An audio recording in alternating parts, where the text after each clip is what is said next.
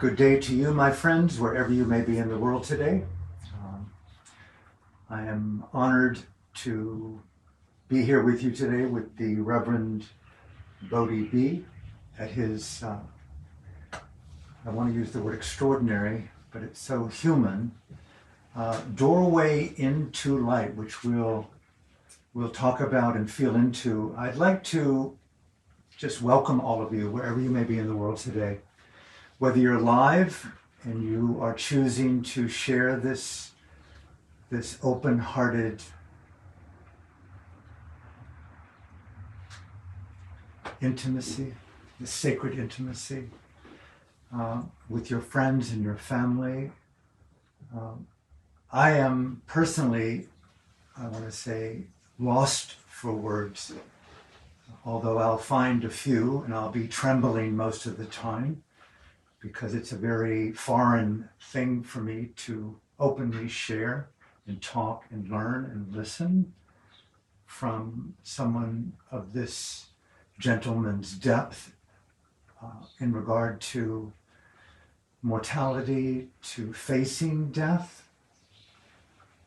I'm reluctant to use the word grace and courage. I would never use the word fearlessness, but here we are. And so I'm honored to be in your company, and I'd like to introduce this gentleman who I've had the good fortune to know for some years. And I want to say more intimately in the last several months. I came to Maui, just briefly here, I came to Maui after a diagnosis in Los Angeles with what was termed a fatal heart illness, words I couldn't even pronounce. An ascending aortic aneurysm that was acutely enlarged, like a, as I was told by my surgeon, a radiator hose ready to burst. And so I was diagnosed with this ticking bomb on a short fuse, and along with an aortic valve that comes out of the heart that is bleeding internally, which you can hear some of the symptoms. I have a raspy voice and various things. And so I came to Hawaii, very few of you really know, to see this man. To be two things: to learn, to be in his company, and to ask, which he's graciously agreed to, when I pass away, whenever that may be, if it's on this island, that this gentleman would take care of my body. And that has been finalized through a terribly challenging process. I'm a writer and author, I've written lots of books, but never have I done my will, and never have I done my 5 wishes, and never have I done my advance directive, and never have I done with what do you want to do with your remains? Do you want them cremated? Do you want them buried? I've changed my mind from cremation. It's not very good for the environment, so I'm going to be buried. But we're alive. And the grace and the gift of facing, we're all dying, to state the cliche, but it's so uncliched to say that. So let me get into this gentleman's introduction, and let's hear more from him, and we'll have a chance to go back and forth. And so, one, I'm deeply honored to be in your company. From my heart to yours, thank you for taking the time. I feel the same way. Don't hesitate to comment, don't hesitate to share, and open your heart to the extent that you can to join us in this communion for the next hour and a half. Reverend Bodhi is the executive director of this. I wish you were here. I wish you could see it all around, but a doorway into light.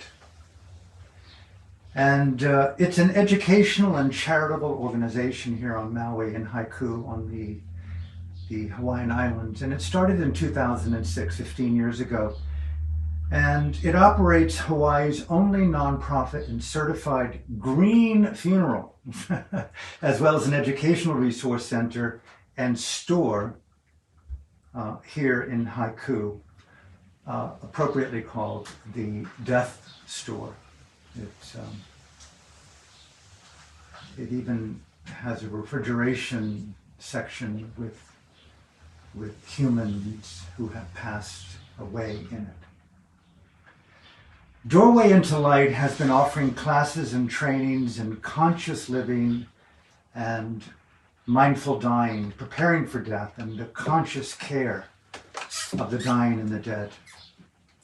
Their death doula trainings are attended by people from around the world. And by all means, please go to the Reverend Bodhi and his family and company around the world. Their website, doorwayintolight.org, doorwayintolight.org. And so let's just dive in here to the enchanting, surreal topic of facing what all of us at some point or another awaken from, on one extreme, the callousness that we innately have to avoid the topic,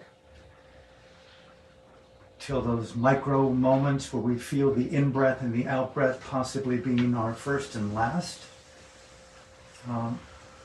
Let's talk about what it means to deal with the condition that every human being and every animal and every tree and every molecule of life anywhere in the universe probably is dealing with at this very second.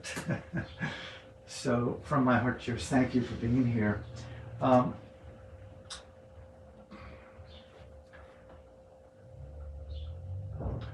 Where do we begin? Well, you called this place extraordinary, and then you said, but it's so human. Well, of course, extraordinary is extraordinary, right? And it turns out that's where the miracle actually lives, in the extraordinary.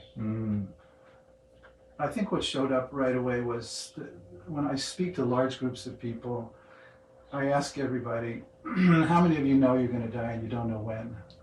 And everybody raises their hand and looks at me like, well, that was a silly question. Everybody knows they're going to die and they don't know when. And I don't actually think that's true.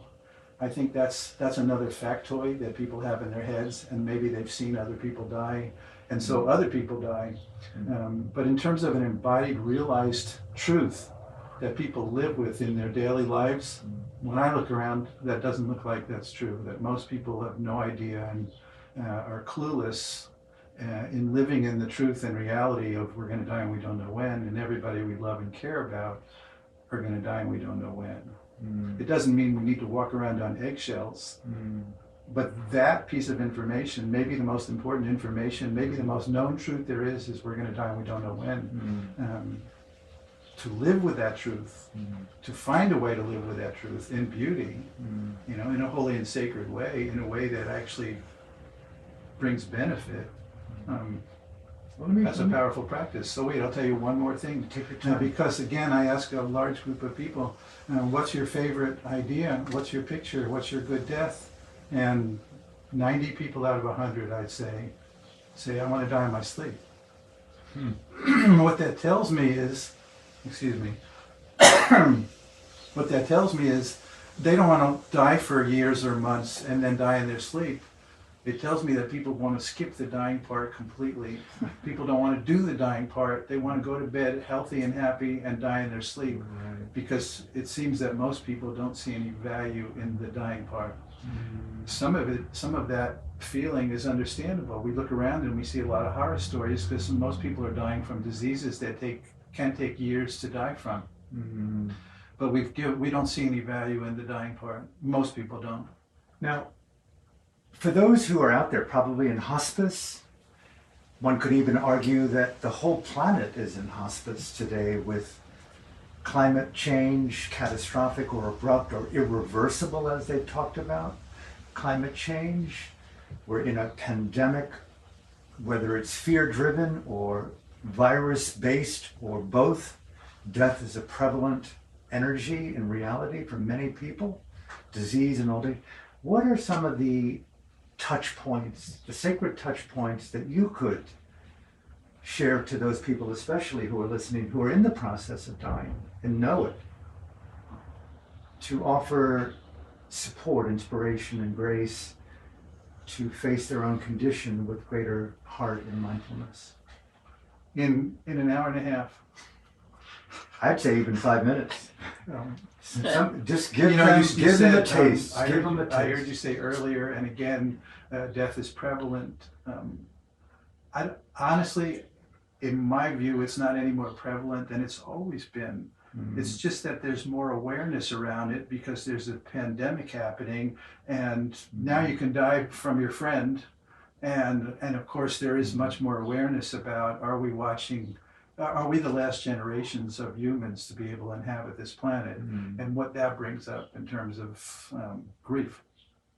I actually think of myself, and I think that what a death doula, one of a death doula's functions is to be a placeholder in the community to help people remember that death is present and is always present and has always been present. And like you said, there is no death, there is no life without death. And you know, death has had some lousy marketing in the last couple of 100 years, at least in Western or white people culture. It's honored and celebrated in so many other cultures. So then I'll come back to your question, you know, what do I say to people who are dying?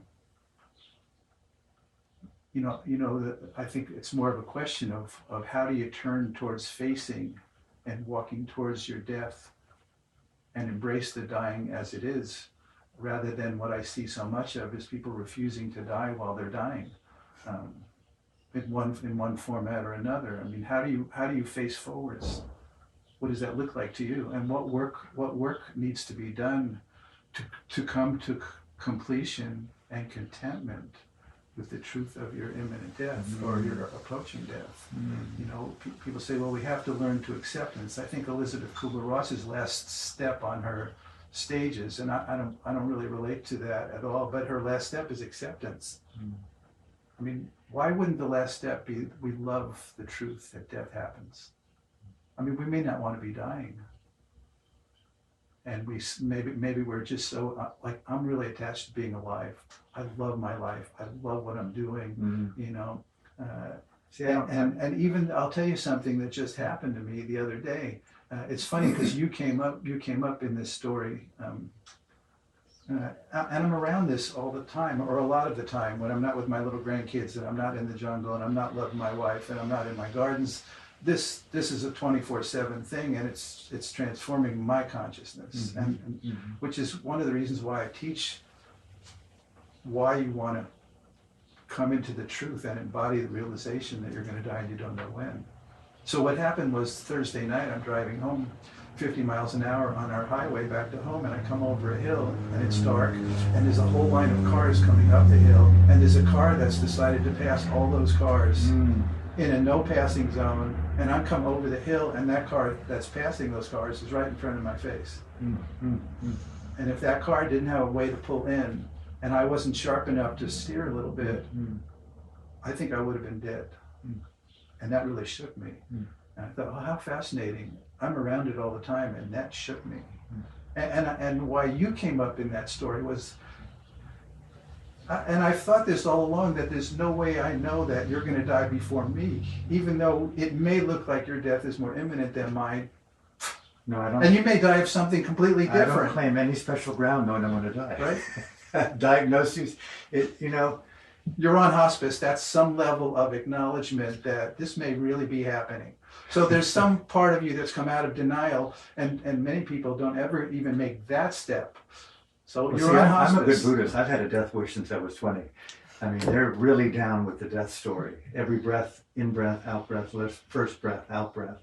But I never really took it seriously, like really, I've always got time after my death to live again in another birth or in this life. You know, it's just sort of a kind of convenient Buddhist supported, not a propaganda, but a type of almost cliche truth.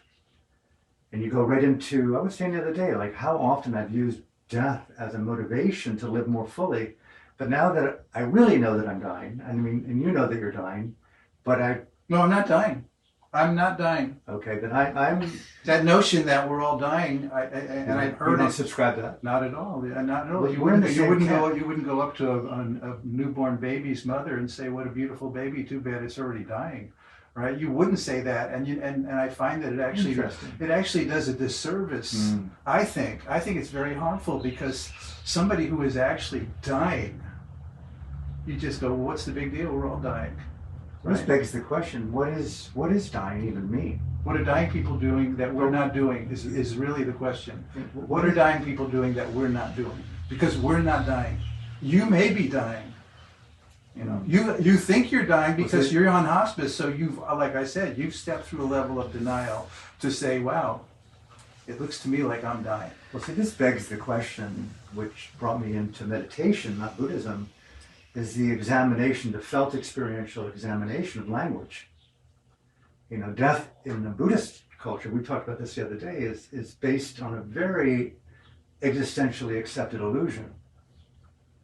And this I don't know what that means. What it means is that it doesn't mean death in the way that we normally culturally associate with it, because there is no death, except on a moment-to-moment discontinuity level of conditions. Like waves come and go, they don't die. They just keep going based on conditions across an ocean, just like life is, as the Buddha taught, is that life is a succession of waves called rebirthing rather than living and dying. You know, it reminds me of a funny thing. I was around when it was a bunch of us, and it was the Dalai Lama's birthday. And people are going, long live the Dalai Lama. And I'm thinking, why? He's had 14 lives already. But there's this attachment to this embodied being in their body. Right. And, you know, sometimes when people say there's no such thing as death, I subscribe to that. I believe that's true. It's not a visceral experience in a realized embodied sense. But everything I experience and everything points to, and I see it all around me, the deathless. But to say there is no death, I think that's more denial. I think there is death and there is no death, and I don't think either one of those is more true than the other. Right. And everyone will experience this kind of death. And somebody was here yesterday and say, well, you die before you die. That's the, you know, and in our Sufi lineage, that's right up there. You die before you die. And I said, well, that's a different death, right? Right? It's just like going into meditation and you lose the sense of self. Or sometimes in lovemaking, you lose the sense of self. There are deaths there. There are certainly deaths when you get laid off at your job. Or now you're 60 or 70 years old and you can't do this thing you were well known to do when you were in your 20s. There are lots of deaths. There are divorces and relationships. But we're talking about a specific death, which in my view is different than every one of those other deaths. Right. Well, this really does bring up the issue of how we define key words in our spiritual, existential, spiritual Dharma life. And because you use the word death in one tradition doesn't mean that another person subscribes to that definition of that meaning. And language. And here we are trying to communicate together. Well, exactly. And this is where I've lost my voice a little bit based on not being able to really talk too much about what it means to me, because I'm in such a felt, psychedelicized intimacy with the whole process that I can't even catch up with my own development. And so I've gone into retreat, and I am trying to come to terms with what life means to me, what love means to me, what dying means to me, what planetary collapse means to me, what is my most sacred relationships mean to me. Everything is in a highly pixelated, I would call it a kind of sacred tragic beauty. And that's what the death diagnoses or the death reality for me has become. It's more of a kind of, not a koan or a mantra or even a tab of existential LSD, but it's really illuminated non-complacency with a lot of things that I considered truth that were now somewhat dogmatic, if you know what I'm pointing to. So I don't really know what death is. But you're doing the work of preparing for death. We've all gotten the diagnosis. I did my will and 5 wishes. No, I'm not talking about that. That's actually the easiest part, as it turns out. The work of preparing for death is what you described. What is my relationship to myself? What is my relationship to community? Yeah. What is my relationship to planet? What is my relationship to the holy, or whatever name you give to it? What have I done? Is there a mess I need to clean up? Are there people I need to apologize to or forgive? Or make sure they know I love them? Or thank them? You know, the ho'oponopono is what the Hawaiians call it. I mean, you just described. And of course, since we all have gotten the diagnosis, that's the work to do. not waiting until we're gotten this dying thing. Right. This is the work of being totally showing up in life itself. Many people come to us now that want to be more on purpose. They worked for 20 or 30 years in some career, and now because of what's happening in the world, and maybe because of their age, they're going, wait a minute, I never really got to live my life, the passion of my life. You know, there's a great Greek story, and it's a tough word, and I forget the name of this person, but he had a bed, and you had to pass through, on the way to Athens, you had to pass through this guy's house. Somebody will know the name of this. It starts with a P, I think. You had to pass through his house, and you had to get in his bed. And whatever parts didn't fit in the bed, they'd be cut off. So if you think of the metaphor of going to Athens as, let's say, Western version of success, right? And we know what that is. And many of us have turned away from that story, that wasn't real success. So the notion that many of us, in order to go for that particular version, and many of us did, had to cut off parts of ourselves, maybe our creative self, our artistic self, our imaginative self, you know. And now many of those people are recognizing that wasn't the road to success, and are coming back to reclaim those parts they lost along the way, or gave away along the way, and want to live more on purpose from the heart in some way to contribute for what is playing out here. You know, how do we plant seeds and work for our grandchildren and our great-grandchildren, whether we have them or not, in the light of our children, grandchildren might be the last generations. Could very well be. Right. I mean, it's interesting you bring that up, because, you know, I don't, in a discerning level, I don't feel a lot of attachment to breathing. I've lived so wildly for so long that when I really had thought about, after the diagnosis, what's left undone, it wasn't to write a book, it wasn't to write a film, it was to really see my daughter and to tell the few people that are intimates to me the depth of meaning and purpose and kindness and love that we've shared in what you mean to me. But now that that's been done, it's sort of like, now what? And when I feel into the greater context, bear with this, because I've studied climate change and the whole notion of extinction, and I do feel like a lot of other people, like David Suzuki, the great philosopher, the ecologist from Vancouver, he speaks about we're in an extinction event. And so my humble death is held in the context of planetary hospice, planetary death. When the oceans go, humans go. When the Arctic goes, as the president of Finland told Donald Trump, the whole planet goes. And so we're in this kind of like, how do you go from the individual to a community, to a planet? And then I was reading Michio Kaku's last comment, Michio Kaku's recent book, The God Equation. He's talking about galactic extinctions, you know, simultaneous extinctions in multiverses going on at this very second. And it's like, whatever this thing is called death, it's equally tempered by existence, rebirthing, this disconnect, this waving throughout eternity. And I'm going like, how do you deal with the grief of the planet? And just comes right back to what you're saying, is like, it's not so much the grief alone for me, and I know you have a lot to say about this. It's like, where are you not living? What could you be doing? Where is your purpose and your meaning? Where do you want to, it's like, where do you want to do with the preciousness of a full breath, not just mindfully watch your breath? And so it's like, it's action-oriented intimacy. Make haste while you do have breath, before there is discontinuity of form as we know it. So it comes back around to what you're saying. It's like, okay, now that Bodhi, B, and Alan are talking about something universal, what do I want to take away from this? Live the wildest adventure of your dreams, called telling the people near you everything you've never said, especially the beauty of their relationship with you. That's what it's come down to me. How well do you express love? Do you have the courage to communicate love? Not a little bit of a phobia around intimacy. That's why I was a monk. A phobia around sexuality, a phobia around intimacy, a phobia around touch. You can work it out next time. I want to work it out this time. That's why I'm trying to stay alive. So I came to Maui. There's so many goddesses out here, but now that I'm dying, you can't get a date, even walking on the beach. Even the turtles go to sleep. So anyway, that's funny. I had a friend who was dying, and he was giving away everything, but he wouldn't give away his red leather pants. I got to change these black things. I'm already practicing the morgue dance. So back to you. Inspiration. Oh, I liked your question. Now what?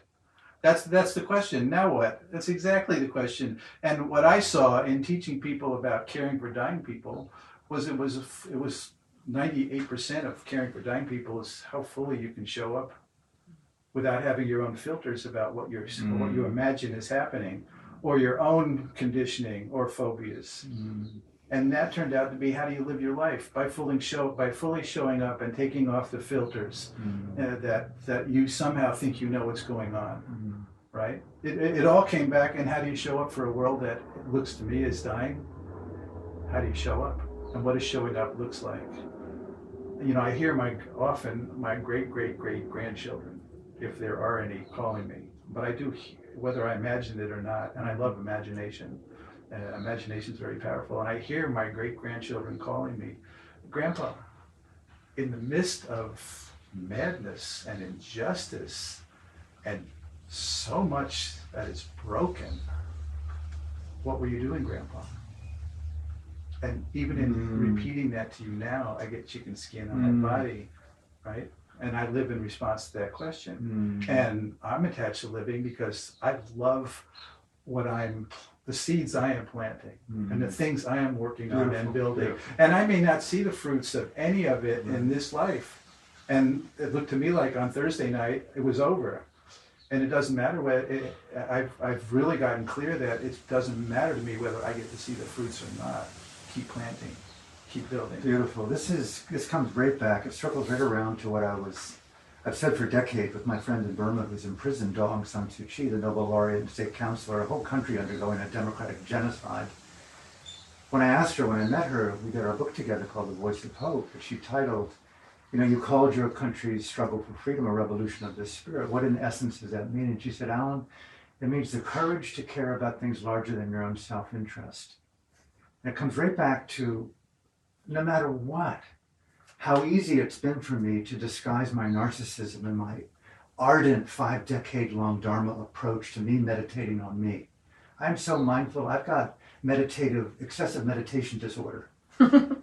What I don't have enough of is generosity of spirit. And this is what I want to say, it's not a sacred diagnosis or a sacred recognition to know that you're dying. I would like to stay alive. I'd like to be in love. I'd like to have another family. I'd like to be more time with my daughter. More time as a human is really important. But now what is valuable to me? The contribution to the unborn, a contribution to the children, a contribution to life in other dimensions of existence. Stay alive because there's value in having lived this long, and now you've overcome primarily your own self-centeredness. What will you do with your hands and your heart? How will you give back? And I think that's the message I keep hearing from you in our association. I've extinguished the notion that there's such a thing as selfish and selfless. Please say more. That's an interesting Well, I've dedicated my life in service completely because I love how I feel, in part, primarily because I see that's my responsibility because I am given so much. We're all given enormous amounts that we forget about completely. Maybe on Thanksgiving we start to remember some of it.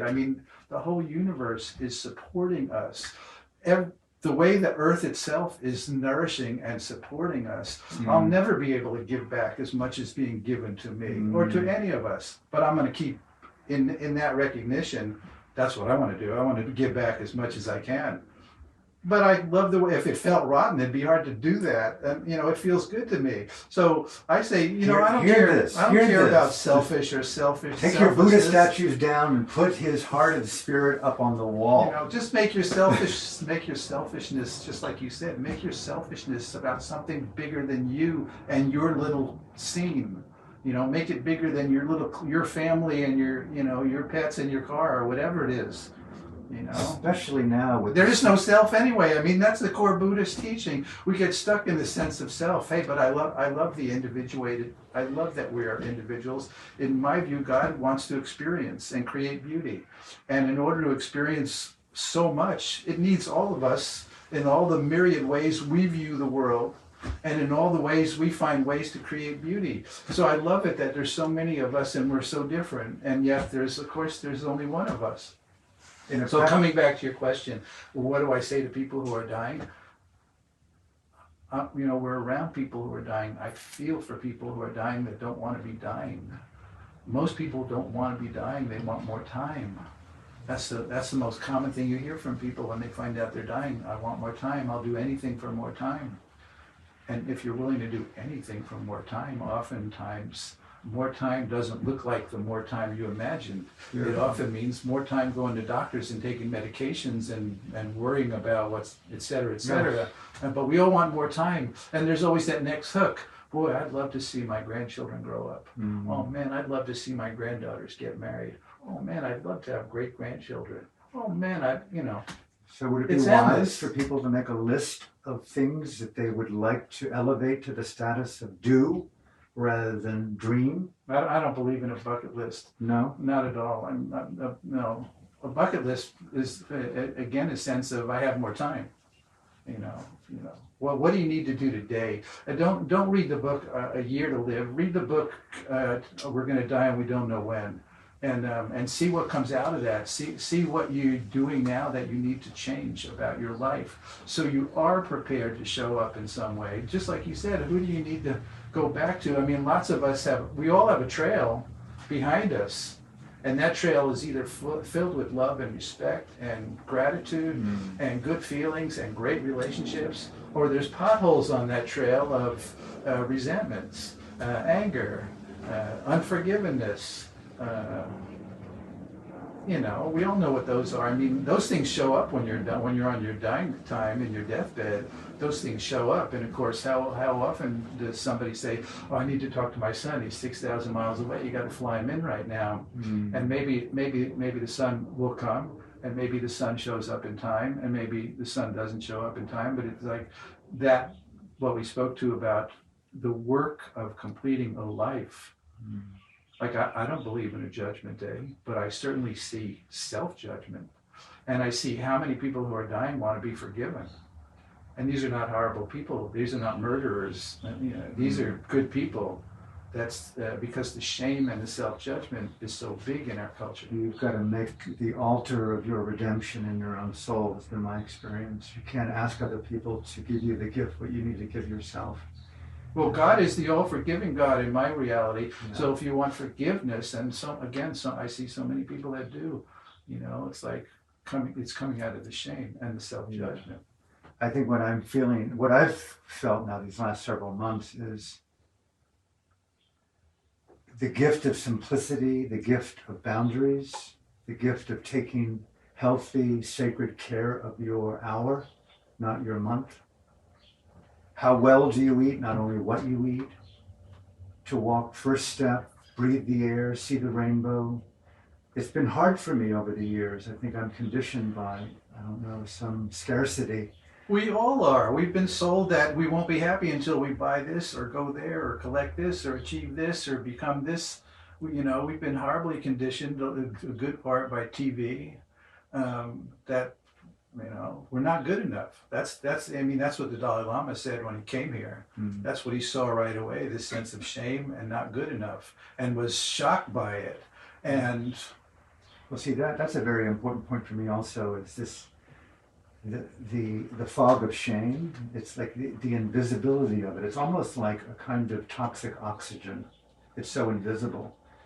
And one of the hardest and most intimate ways I've been feeling my own, I don't want to use the word inadequacy, but unrecognized hesitation, is I'm not one for asking for something.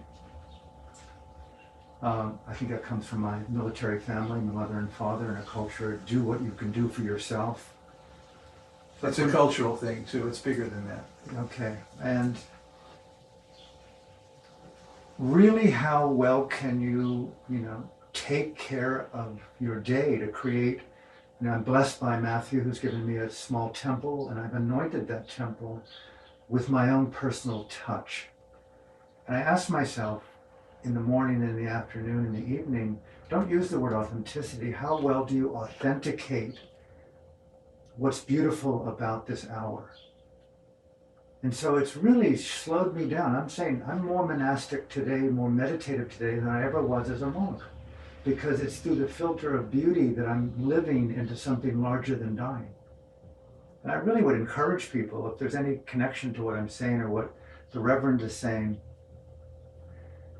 it's so ever present, life, to state something so obvious. And to slow down, to feel, to breathe, but to beautify your home, to beautify your face, your body. How well do you wash your face? How well do you bathe?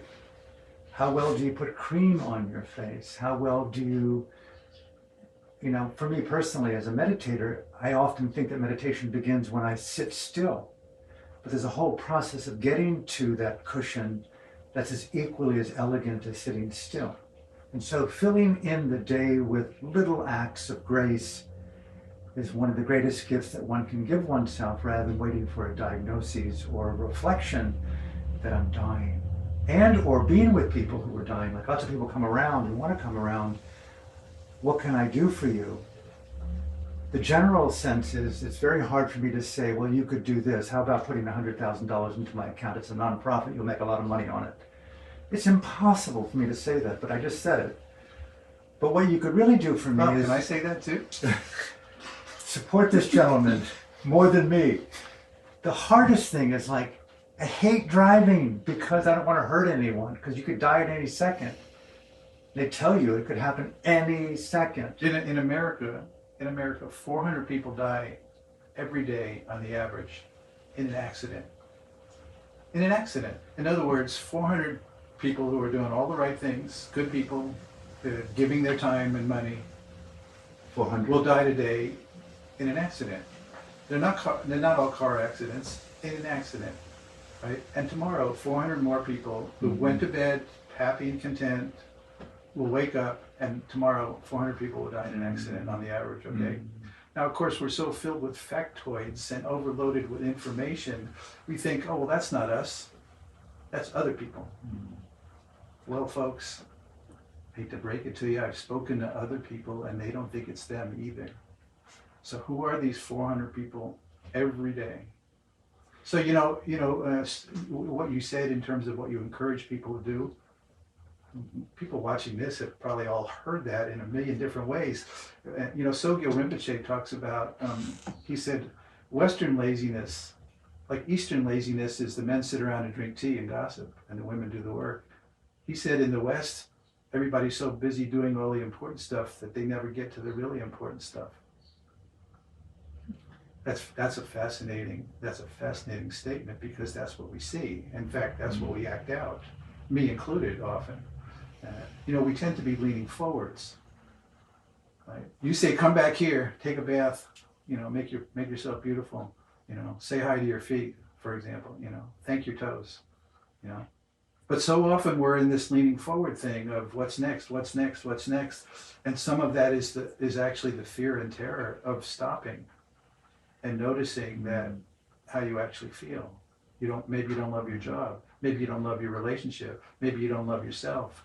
Shame and guilt are different, right? Guilt is I did something bad. Shame is I am a bad person, right? On top of that, there's this low-level anxiety, especially, I would say, in these current times, that we're holding on. We want to hold on to a sense that everything's going to be okay. We know what's happening. We're in control. And we expend a tremendous amount of energy holding on. And not being willing to stop and actually feel all the way into what's going on in here. Right, and so we're either leaning forwards or we're looking in the rearview mirror and we're victims of what happened. Right, and of course that was Ram Dass's big message: stop, be here now. This is where it's happening. This is where it's happening. This is where love happens. This is where God happens. This is where death happens, and this is where life happens. and this beautiful thing called the dance of life and death. I mean, if you study nature, you spend time in nature, and I do, you see that there's this amazing dance happening. I mean, if you have a garden, you see that dance. I mean, compost and microorganisms and bugs and worms are what makes the whole thing work. Everything you eat, no matter what your diet is, comes from death, feeding plants. It's everywhere. That's what I meant, that I don't think it's any more prevalent now. There's more awareness of it now. It's this beautiful dance, and in the last couple of 100 years, it's had lousy marketing. And especially in the last 50 years, when we've medicalized and institutionalized and technologyized dying and death. So let me ask you this. I think it was in August 2010, could have been the Secretary General, in a report by the UN Planetary Program, stated that 150 to 200 species a day are dying. Plants, insects, fish, mammals, and it's stating the obvious but deeply unrecognized that we live in a coexisting, interdependent world.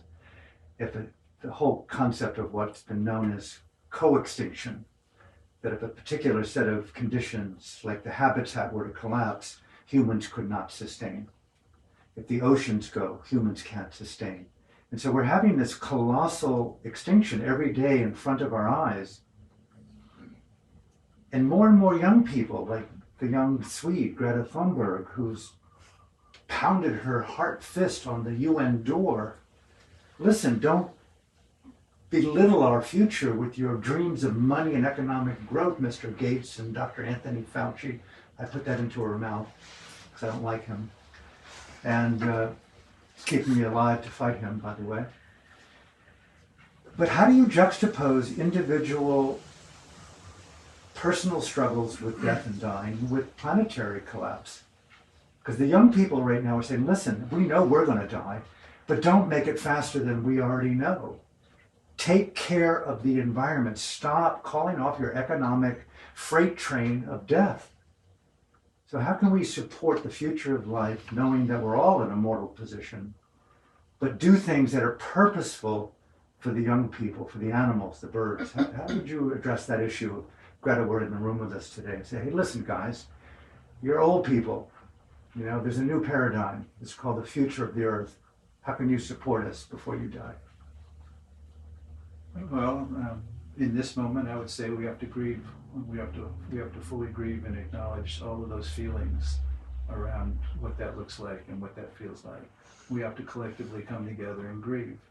And I've been leading grief rituals in support of that. But we have to grieve, and that grieving is, I think, love and grief are twin sisters. Mm-hmm. Say more about that, please. But I don't want. I'll come back to that because. How could we not be, if we're paying attention, how could we not be feeling deeply about what we're seeing out there? I mean, I cry for my grandchildren. We won't see the worst of it. They will.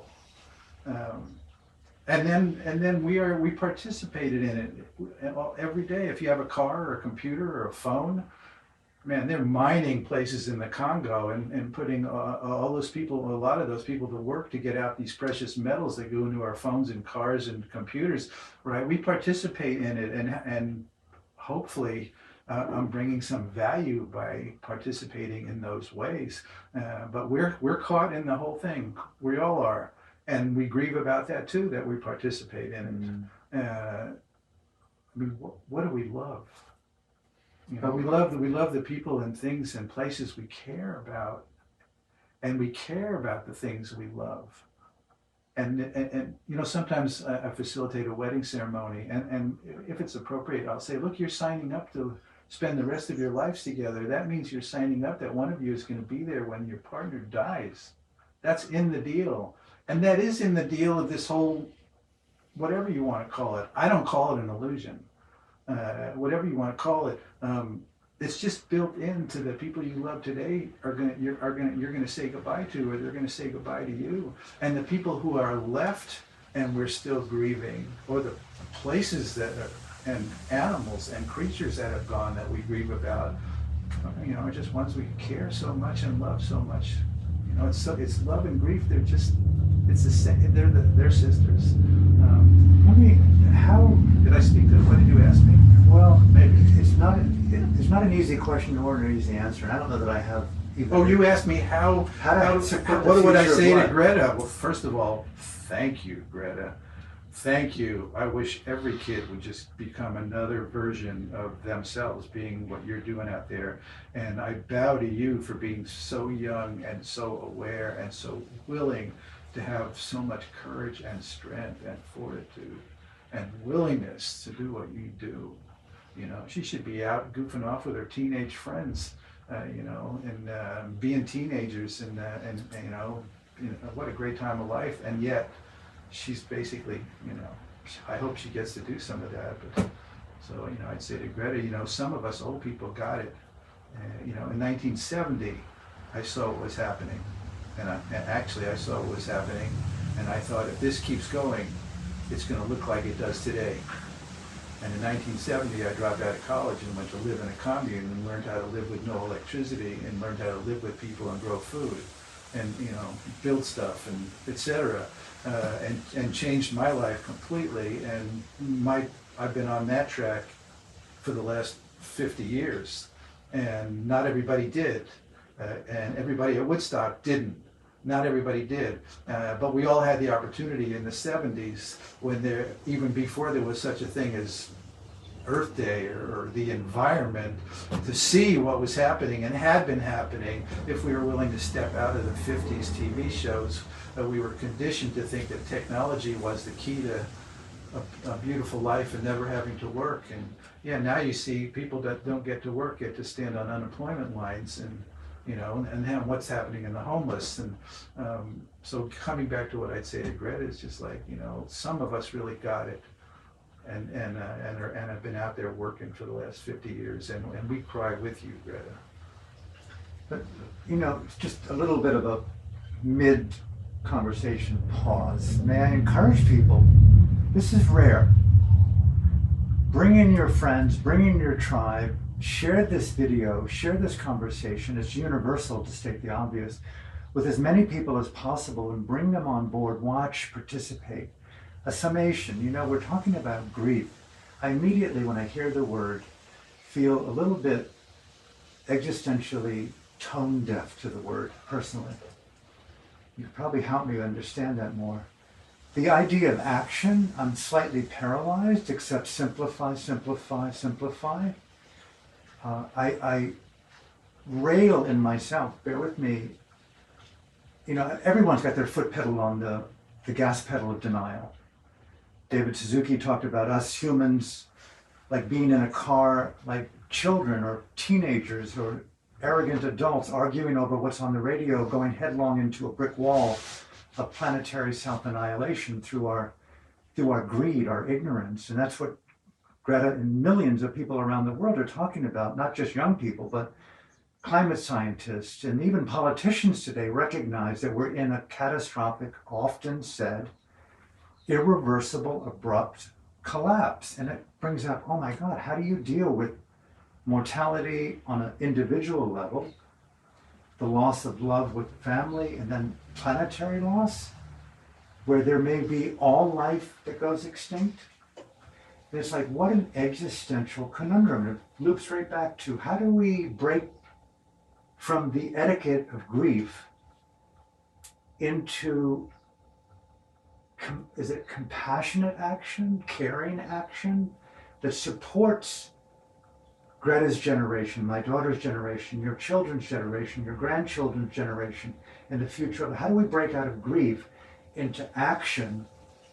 And right there, bear with this, it's all wrapped in an existential conundrum that no matter what we do, it's not going to stop the lawfulness of, as Michio Kaku on page whatever in his book says, no matter what you do, and we're looking for how to take life off this planet into other dimensions, the sun will envelop our little precious earth, and it will become a great existential silence in 1 billion or so years. how do you take that out of the world of psychedelic into the world of human behavior? To grieve, to love, and to actualize actions within that context. I know it's a big question. I was going to say, oh, you just lobbed a little question over this way. It has to be expressed. Well, first of all, I don't subscribe to that you come out of grief. You don't. I think, and I'm not big on the word grief because I don't like the sound of it, and it's kind of it sounds like a stuck place. Take your time with this, please, for my sake. I think it's a grief itself sounds like a stuck place. It's like I don't like the word wife. Could be the F, you know. But grieving again, as if you can see it as a twin sister of love, is something that you carry as a precious gift. That to grieve. Is grief again? We come back is to grief sadness. No, it may include sadness. Despair. You know, it's like, what is love? Would you say love is one word? Would you say love encompasses so many words that you may be able to enunciate? You know, you're asking me, oh, give me another word for grief. No, it's like love. It's this vast thing. That's why people wonder why a wife says, well, my husband's not grieving. Because she has some, because maybe she has a notion of what grieving looks like, and he's not grieving like her. And people grieve in all kinds of ways. And is it humanizing attachment?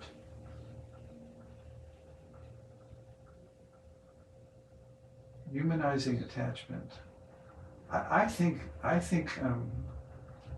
humanizing attachment. I'm not sure where to go with that, because again, people hear the word attachment in very different ways. Like that's a negative thing, right? I don't experience attachment as a negative thing. There needs to be big awareness around the attachment. I mean, that's what's happening now. Our attachment to our bodies, our attachment to our lives, our attachment to things going on the way we want them to go on. I mean, you know, what do Buddhists talk about all the time? Impermanence. I mean, sometimes I think God is impermanence.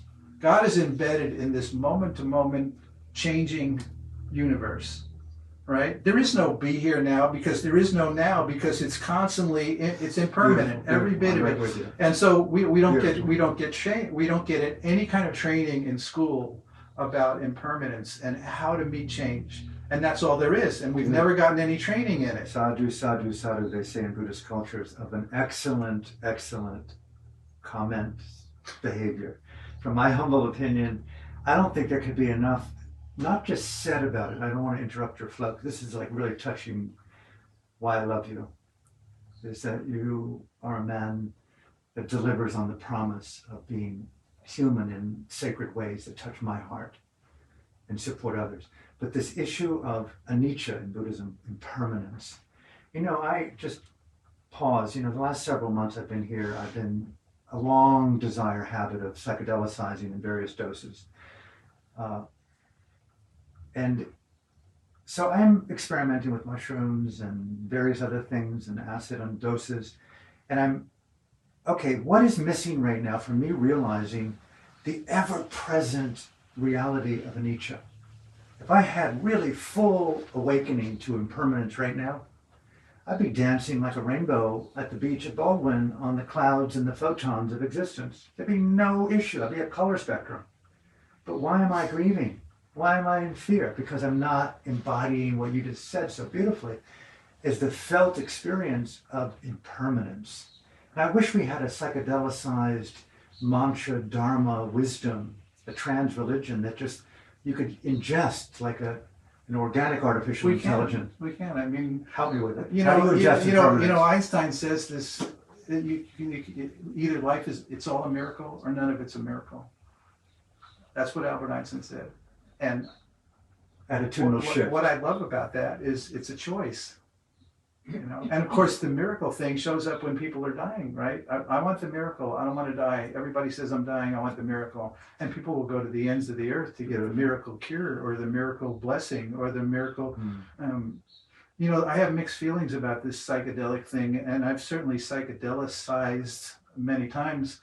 And now I run into there's a whole movement around psychedelics when you're dying. Right.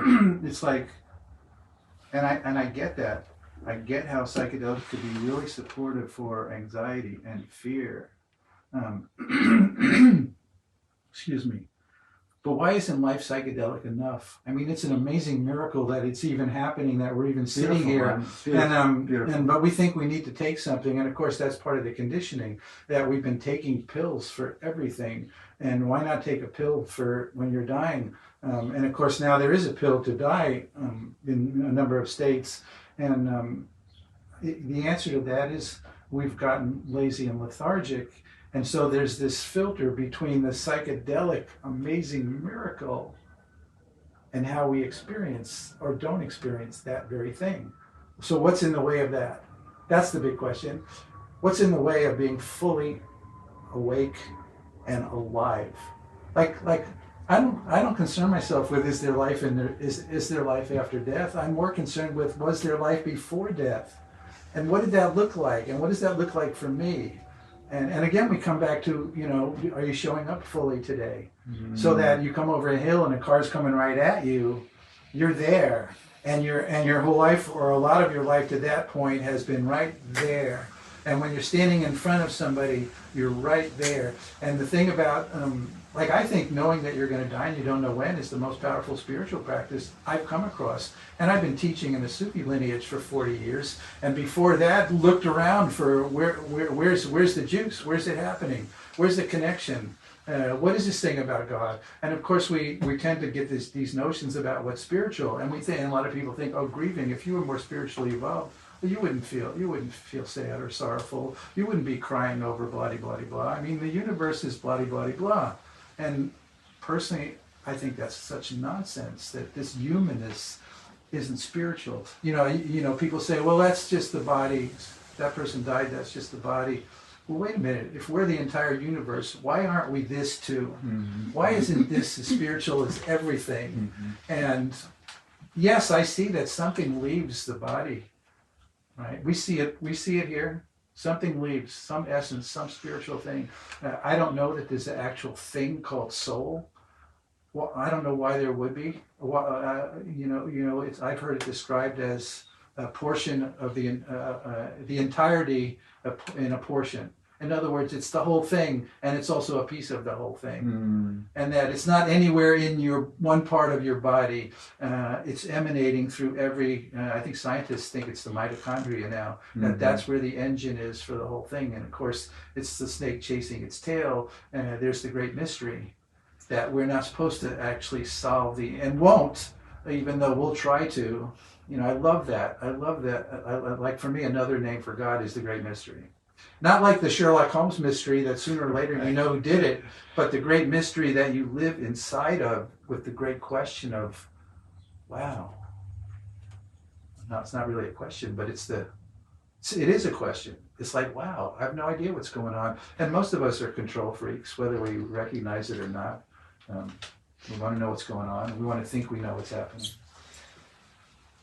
Yeah, listening to you and feeling as I'm feeling and thinking as I'm listening. Looking back around, if I can, with the psychedelic, and also having practiced the psychedelic, the psychedelic of oxygen. I've been dealing with light and breath a lot.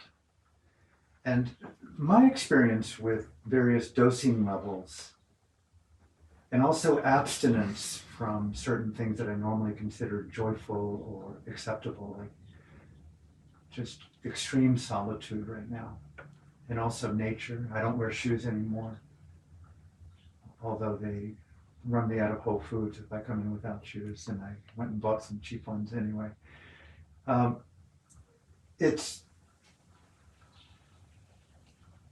the joy that I feel in the adventure is what I'm trying to point to. You talk about mystery, and I'm so into the mystery and equally the navigation of adventure. Like I've been one who, like you, it's probably the identical age within a few months or minutes. I grew up in an East Coast trailer court military family on a military basis and ended up as a Buddhist monk, one of the first in America, in an ancient culture in Burma, back before the day when there was digital this and that. And I feel really like empowered when I reflected upon that. Like you went from there to there, and you became an activist. You stuttered as a child. You wrote books. You performed. You're spiritually incorrect, and now Extinction X-rated. You've done lots of things that you defied the gravity of your fear, your apprehensions, your conditioning. And so right now, although you've got this encasement that's going to sometimes collapse pretty soon, who knows when, but the adventure, the mystical adventure, is very ever present when I'm dosing, or I'm walking, or I'm in communication with intimates, really there. I'm going like, wow, this is really wild. This is really crazy. It could get really bad, like I could be in Yemen or Syria or in Burma in a gulag, but I've been gifted right now in this extraordinary condition. Fuck dying. You are never more empowered at this moment in the mystical adventure than ever. What will you do with it? And so I said, okay, increase the dose, meditate a little bit more, do some more yoga, dance a little bit. And I look in the mirror. This is what I want to end. Where are you not? Where do you want to adventure in this life and the next life? And this is where I'm doing a retreat at New Year's on person called Rebirthing into the Future. It's a new way of looking at meditation and spirituality, the navigation of this thingness to empower skillful mystical adventure that isn't confined to the human plane or the discernible plane known through the six senses, but opening up to what Michio Kaku and his superstring theories and Stephen Hawking and Buddhism and Sufism, this simultaneity of multi-dimensions has really become fascinating to me now that I've been diagnosed with a fatal heart disease. It's like, wow, I've been catalyzed at another dimension of adventure. And that's a little bit of the kind of joy narcissism, if you will, of this deep 60s be here now inspired spirituality of an American, privileged American. And it comes back again, and I want to end with this, not end this conversation, but loop around again to, you're a father, I'm a father, you're a grandfather, I'm not a grandfather. You're embedded in a community here for decades, I'm not.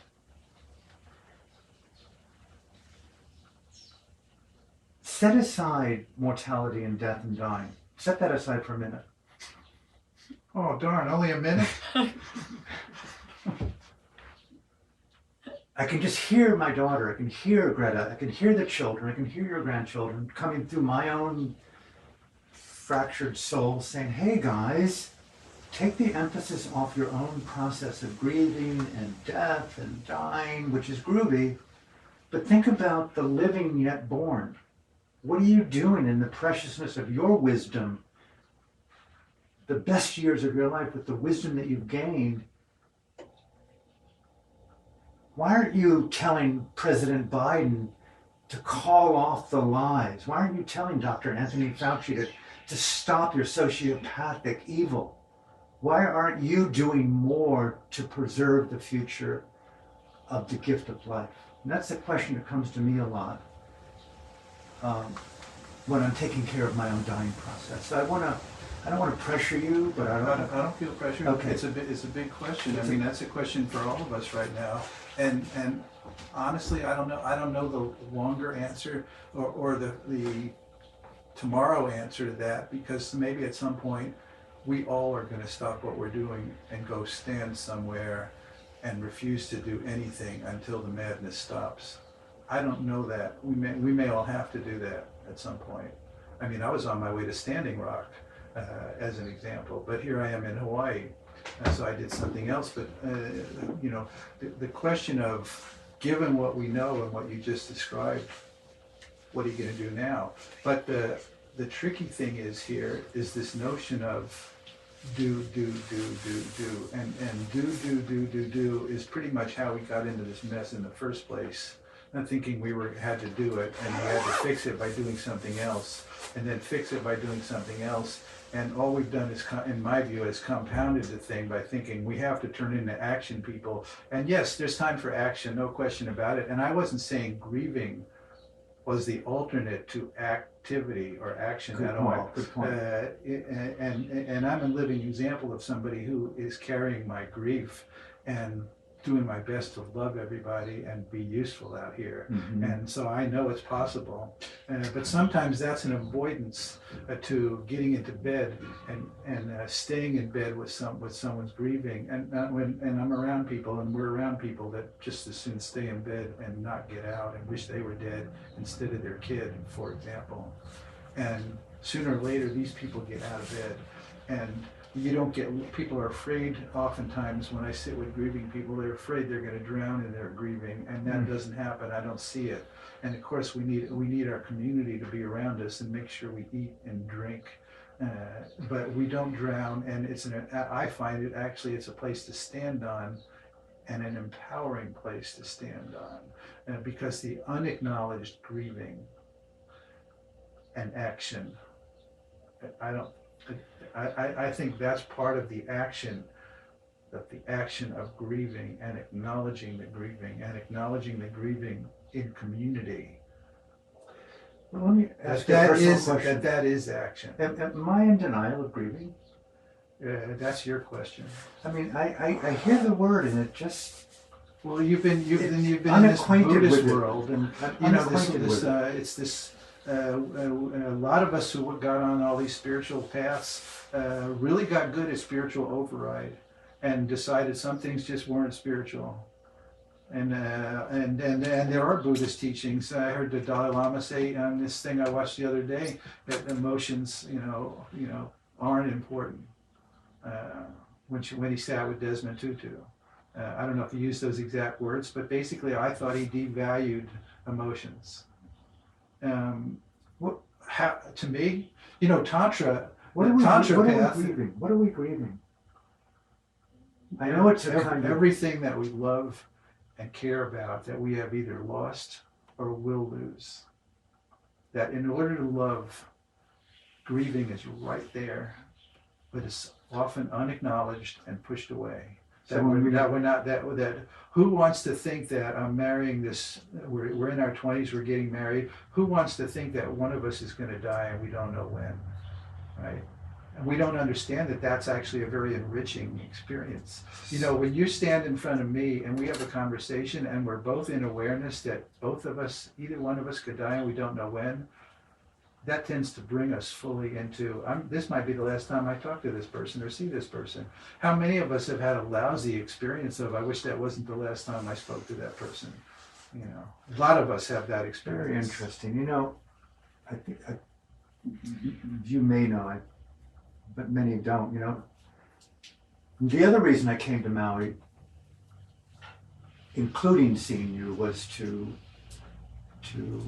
enter hospice, go through that process, and equally, more importantly, was to make good on the wisdom and the compassion of the state of Hawaii.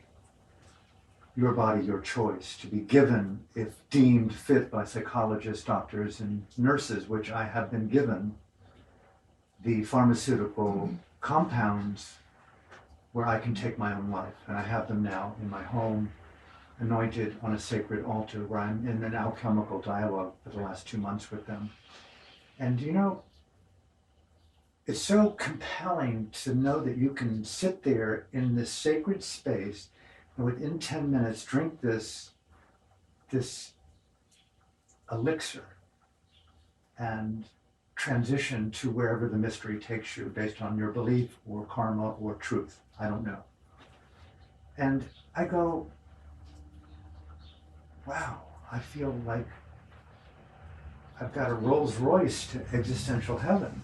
It's like a lot of people don't have that opportunity. They're in a horrible prison camp in Syria, Iraq, Afghanistan. They're starving. It's like, who wants to fucking live in this pit? But you've got this elegant, gorgeous island with gorgeous people, with this incredible substance in a sacred environment, in a dying planet, dying ocean, dying airs, where Greta's screaming to the world, we don't want any more of your economic lies. The whole thing is coming down, and you can kind of check out any time. How does that feel? I'm anything but grieving. I feel a little bit like guilty that I'm leaving behind the complexity. which my friend, my beloved former partner and dear beloved friend, Dr. Janine Davies, and I talk frequently, who's really helped me understand what is your value about living. Take it off you. Give it back to what you can do for the future of life. And that's kept me a little bit from the kind of sacred choice of taking that drink. Like what is left undone, not for me, but what I could do. And I'm struggling with the word grieving because it prevents me from action, not action, but from seeing the value of breathing, living, creating. Like I'm very active in this making of a film called Raw War, a cinematic Mandela that really humanizes emotions but empowers all forms of giving back. Grief just has a bad rep. That's what it is, isn't That's it? that lousy marketing. Is there another word for grief that isn't grief? That's more Why do empowering? you want another word? I mean, what's another word for love? Well, love ain't good enough.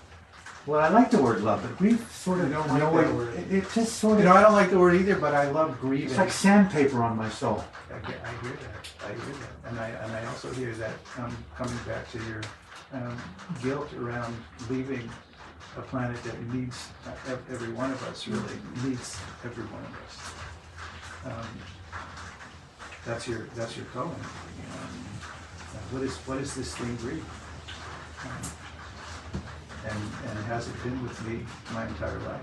Mm. And how beautiful. I mean, that's just it. We don't see grief as a beautiful thing. Well, see, okay, now I'm feeling into this in a more truthful level. Actually, I know I recently saw my daughter, and upon departure, as epic and beautiful as it was, I felt the poignancy of my attachment to her, the continuity, the discontinuity of that.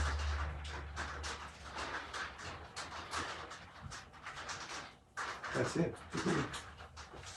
Not being able to participate in her life.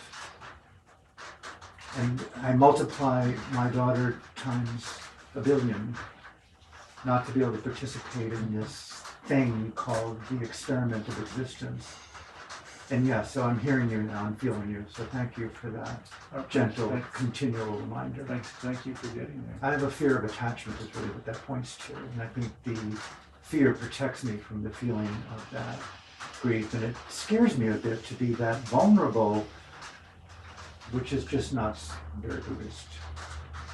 Darn, not very Buddhist. You know, although I cry a lot with laughter and joy, but I can also put my head in a bucket of sorrow. And so it's, yeah. So thank you for that gift. Well. Yes, thank you. Maybe that's what we need, is to have a collective cry on this planet. I believe we do, on a regular basis. Absolutely. May it be so, as the ninth fold on the eightfold Buddhist path, right crying.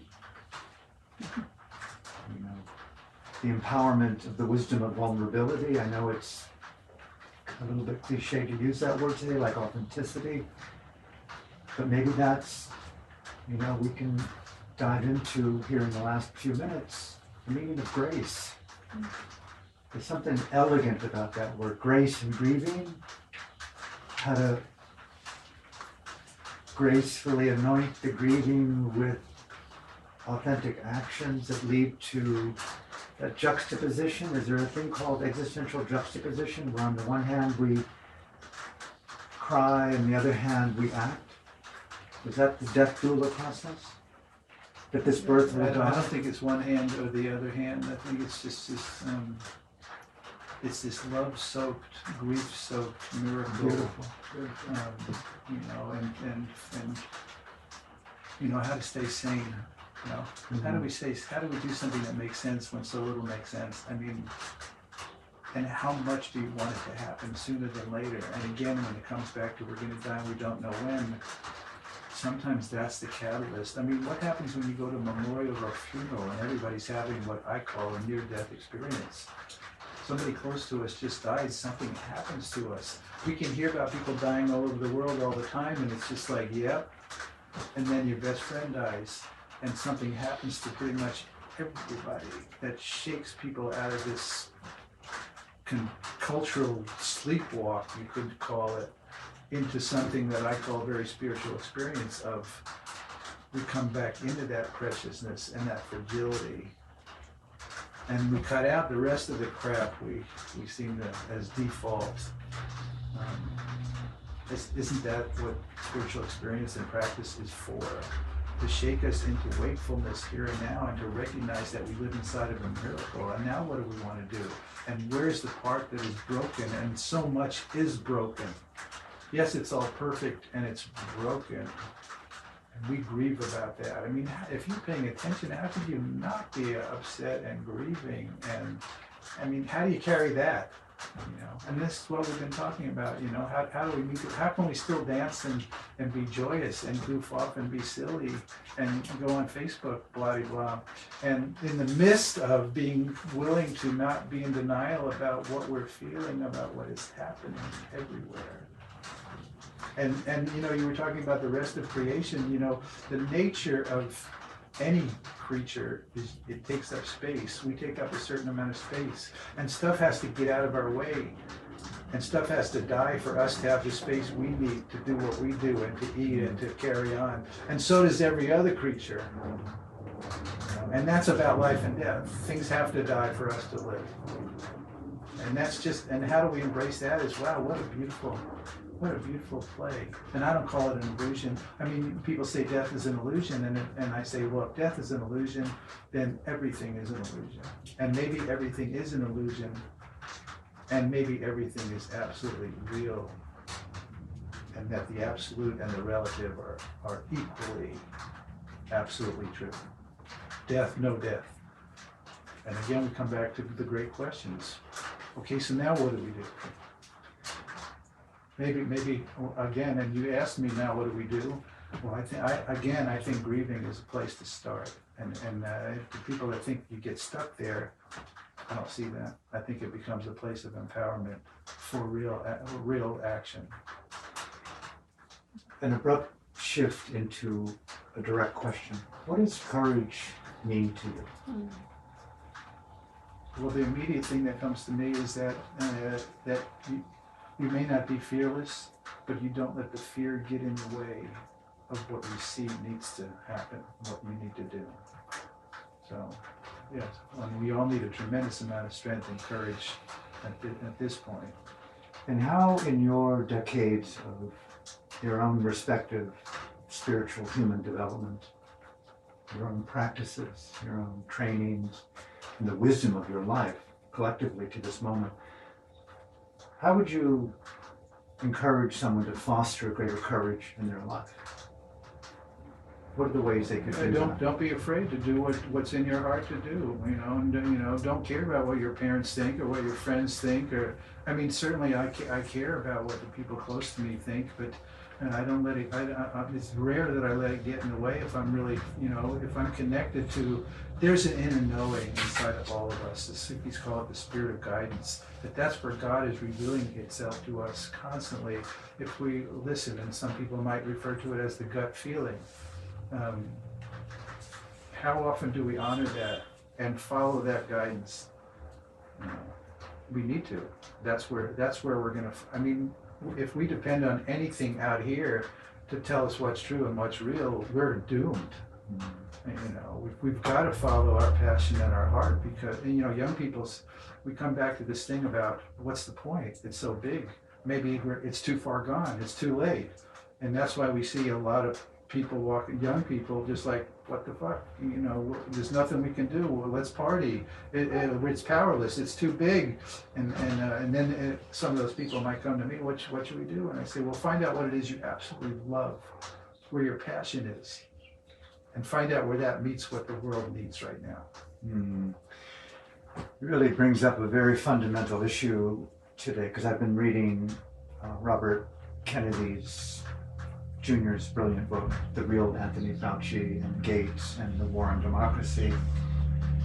And the word global totalitarianism is ubiquitous almost in kindergarten today among those who are paying attention. And it brings up the issue of courage to tell the truth, the courage to discern misinformation from true information. How do we have the courage to be more critically questioning of information and sources of information? How do we tell our friends and our family, sometimes our own parents and our children, that we don't agree with them?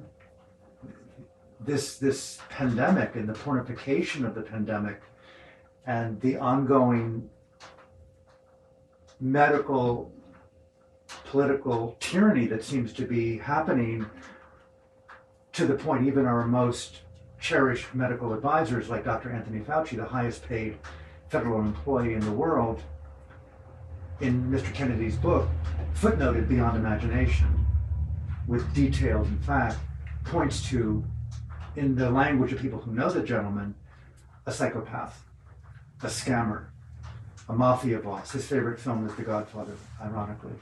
Great movie. Unfortunately, it should be done with someone who's a criminal rather than, a pundit of public health. It's just not entertainment in that case. It's been acting out a shadow to the point of lots of people are being harmed based upon. Come back. So it brings up the issue of courage in the face of, if we really take in what so many thousands of people, like just up here at the Mill, with Dr. Robert Malone and Ryan Cole and others, and the lady from China who, let us know where that virus came from in the Wuhan Institute of Lab based on Fauci's funding underground and money laundering from American taxpayers to that Institute of Virology, which is really a euphemism for a bioweapons lab by Xi Jinping of China.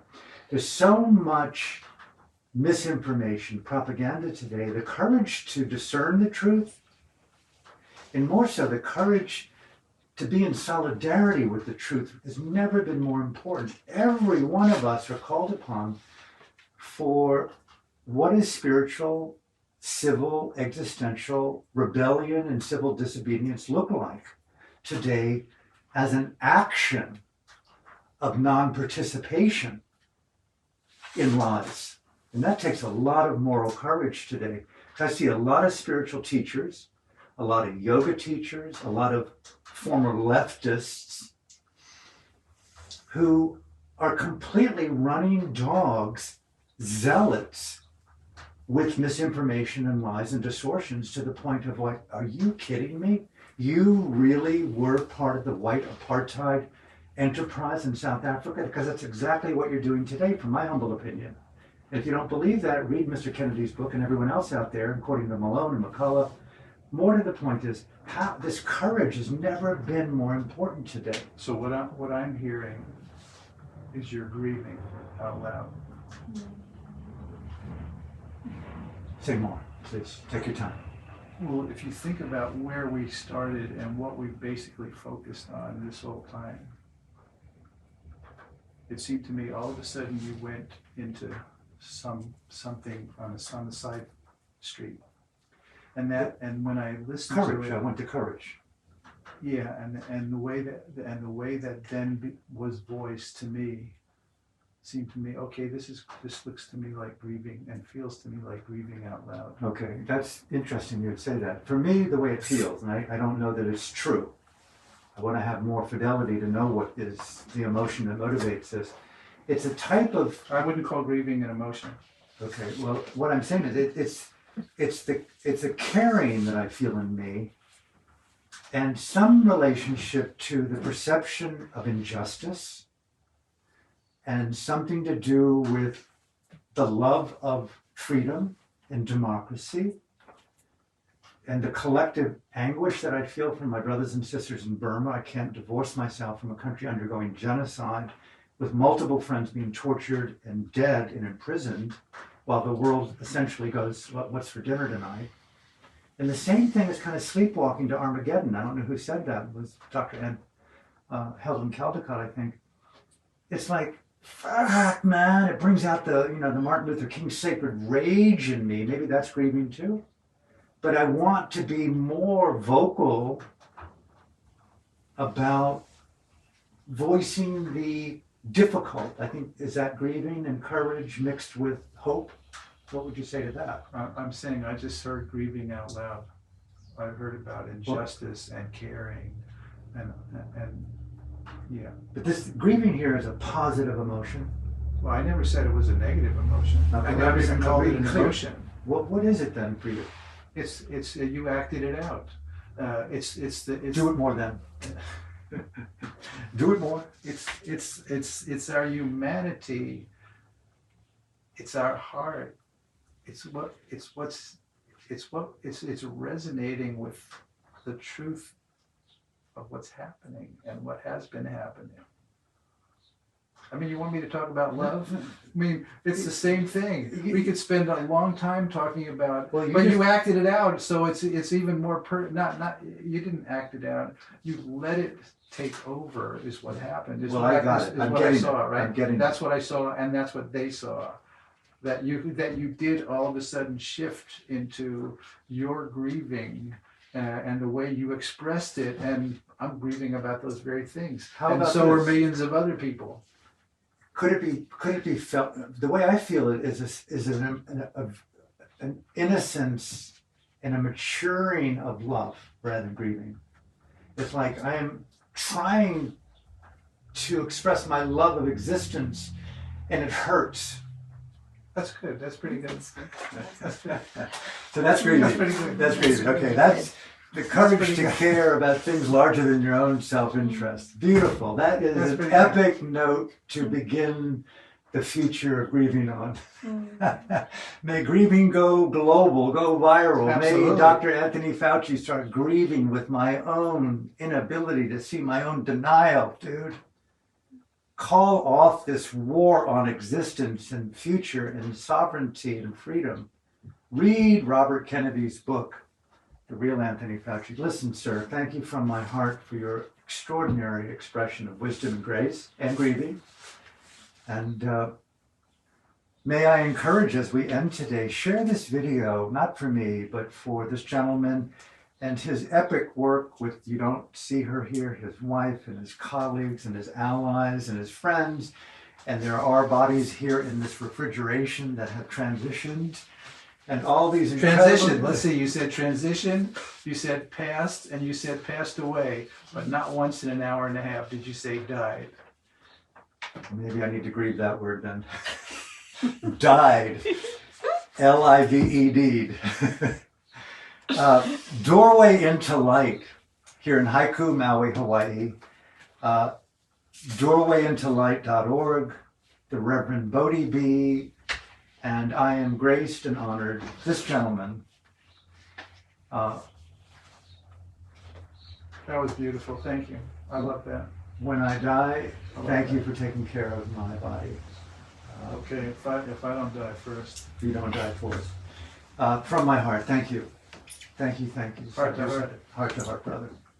And thank all of you for tuning in, listening, sharing, and God willing, see you tomorrow at 9:30 here from Hawaii. Have a beautiful day. Thank you.